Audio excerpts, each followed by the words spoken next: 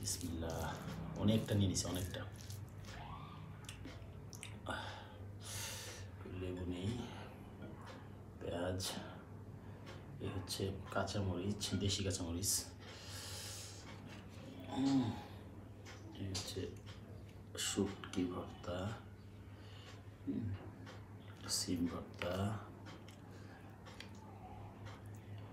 শুটকি ভর্তা, সিম ভর্তা হচ্ছে, এটা হচ্ছে চিংড়ি মাছের, গুঁড়া চিংড়ি মাছের ভর্তা,